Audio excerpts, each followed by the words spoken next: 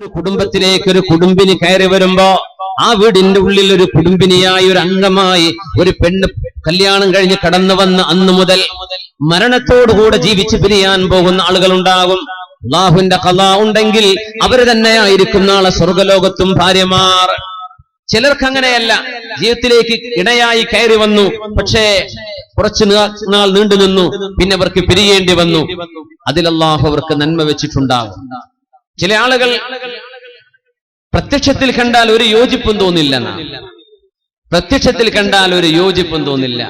നല്ല അതിസുന്ദരിയായ ഒരു പെണ്ണ് തീരെ സൗന്ദര്യമില്ലാത്ത ഒരാളെ കല്യാണം കഴിച്ചപ്പോ അവർ രണ്ടുപേരും കുറച്ചു കാലം കഴിഞ്ഞപ്പോ അങ്ങനെ ചോദിക്കുകയാണ്, അല്ല, ഈ നല്ല ഗ്ലാമറൊക്കെ ഉള്ള ഭംഗിയുള്ള ഒരു പുതിയാപ്പിളെ എനിക്ക് കിട്ടുമായിരുന്നിരിക്കെ നിങ്ങളെ എനിക്ക് അള്ളാഹു ഇണയാക്കി തന്നതിന്റെ അത്ഭുതം എനിക്ക് മാറിയിട്ടില്ല. പെണ്ണ് അങ്ങോട്ട് പറയാണ്. അത് പറയാനൊരു കാരണം അയാൾ പറഞ്ഞു, പെണ്ണെ, അള്ളാഹു തൗഫീഖ് ചെയ്യുകയാണെങ്കിൽ ഇനി സ്വർഗലോകത്ത് നീ തന്നെ മതി എനിക്ക് എന്ന് പറഞ്ഞപ്പോ അവള് ചോദിച്ചതാ, എന്റെ അത്ഭുതം അതല്ല, ഞാനിപ്പോ എങ്ങനെ നിങ്ങളുടെ കയ്യിൽ പെട്ടത്, നിങ്ങൾ എങ്ങനെ എന്റെ ഭർത്താവായി വന്നു? നമ്മൾ രണ്ടുപേരും കണ്ടിട്ട് ഒരു യോജിപ്പില്ലല്ലോ, ഒരു ഭംഗിയില്ല. അങ്ങനെ ഇരുന്നപ്പോ അദ്ദേഹം പറഞ്ഞു,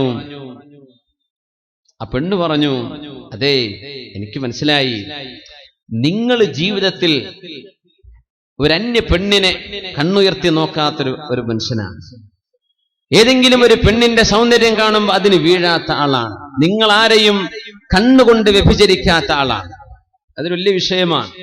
പെണ്ണ് പറയാൻ, എന്റെ അത്ഭുതം, നിങ്ങൾ അള്ളാഹുവിനെ കണ്ണുകൊണ്ട് വഞ്ചിക്കാതിരുന്നപ്പോൾ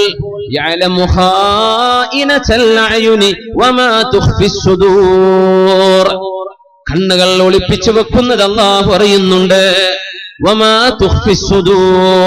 ആ കണ്ണുകൾ നിങ്ങൾ നിയന്ത്രിച്ചപ്പോ നിങ്ങളുടെ നന്മക്ക് പകരം അള്ളാഹു നിങ്ങൾക്ക് ചെയ്ത നന്മയായിരിക്കണം എന്നെ നിങ്ങൾക്ക് അള്ളാഹു ഭാര്യയാക്കി തന്നത്.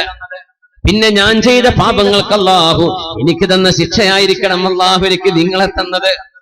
അള്ളാഹു ദുന്യാവിൽ രണ്ടുപേരെയും ദുന്യാവിൽ ഒരുമിച്ച് കൂട്ടിയിട്ടുണ്ടെങ്കിൽ നാളെ പരലോകത്തും അള്ളാഹു ഒരുമിച്ച് കൂട്ടിത്തന്നാൽ എനിക്ക് സന്തോഷമേ ഉള്ളൂ, എനിക്ക് വിരോധമില്ല, എനിക്കതിന് പൊരുത്തമാണ്.